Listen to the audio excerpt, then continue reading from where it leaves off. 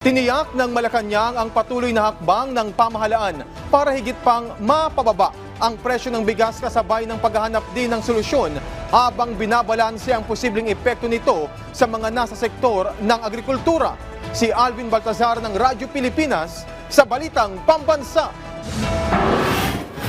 Hindi kayang biglain ang pagpapababa sa presyo ng bigas sa gitna ng patuloy na pagsisikap ng administrasyon na ito ay maibaba. Ayon kay Palace Press Officer at PCO Undersecretary Claire Castro, unti-unti ang ginagawang approach ng pamahalaan bilang solusyon upang maibaba ang presyo ng bigas.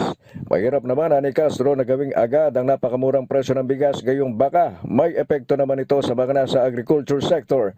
Ang gagawin niya dito ng Pangulo ay balansehin ang sitwasyon para maibigay kung ano ang para sa taong bayan at sa kabilang banda ay hindi naman maapektuhan ang mga magsasaka.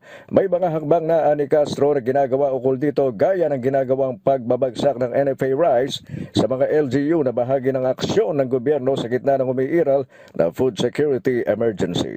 Magbabalanse talaga tayo.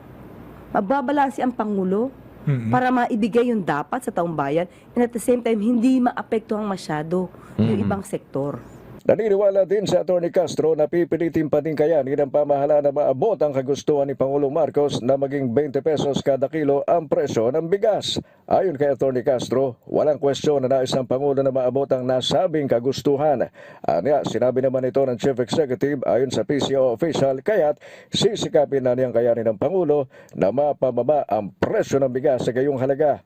Kaugnay nito'y muli naman binigyan din ni Castro na base sa mga nakaraang statement ng Pangulo ay kagustuhan o pagnanais lamang habang wala naman itong binanggit na pangako na maibaba sa 20 pesos per kilo ang presyo ng nasabing commodity.